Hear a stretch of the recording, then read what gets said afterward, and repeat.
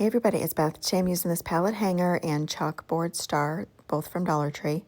I remove the hanger from the pallet, paint two of the slats on the front with Plaster chalk paint, and that's by Waverly.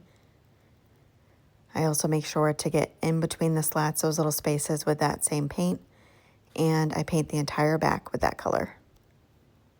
And then back to the front, I paint the other three slats with barn red acrylic paint.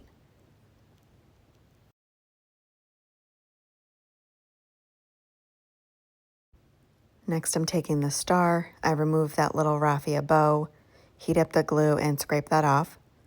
Then on the back, I'm painting that with English Navy acrylic paint, as well as the sides. Once that's dry, I take this scrapbook paper I got from Temu, trace out the star. It's a little bit too small for the star, but I just line it up the best I can, and two of the little edges won't be covered, but that's okay because I'll be distressing all of the points on the star. I add Mod Podge to the front of the star and place down the scrapbook paper, smoothing it out with my hands. Use my heating tool to dry that completely, and then sand off any excess paper. Again, I'll be sanding down each of the points on the star so they'll all match. Once I have that sanded down, I do a layer of Mod Podge on top of the paper, dry that completely, and set it aside. And then I'm taking these 1-inch letters.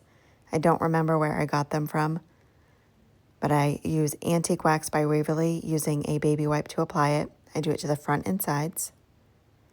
And then add some hot glue on a few spots on the star and place that down on the pallet. And then take tacky glue and apply it to the backs of each of the letters and place them onto the star.